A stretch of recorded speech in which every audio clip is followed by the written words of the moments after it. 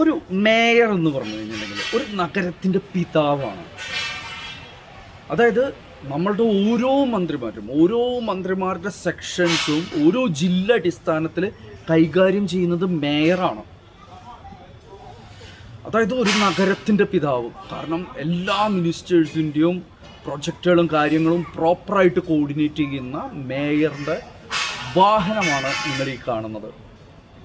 ഈ വാഹനത്തിന് 2022 പുക ടെസ്റ്റിൻ്റെ, അതായത് പൊല്യൂഷൻ സർട്ടിഫിക്കറ്റ് വാലിഡിറ്റി കഴിഞ്ഞ് കഴിഞ്ഞതിന് ശേഷം 2025 ഇതുവരെ പുതുക്കാതെ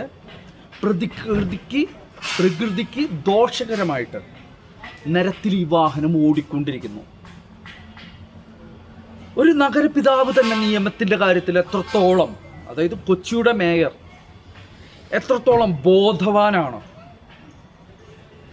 നിയമം പാലിപ്പിക്കേണ്ട മേയർ നിയമത്തിൻ്റെ കാര്യത്തിൽ എത്രത്തോളം ബോധവാനാണ് എന്ന് ചോദിച്ചുകൊണ്ട് ബൈ.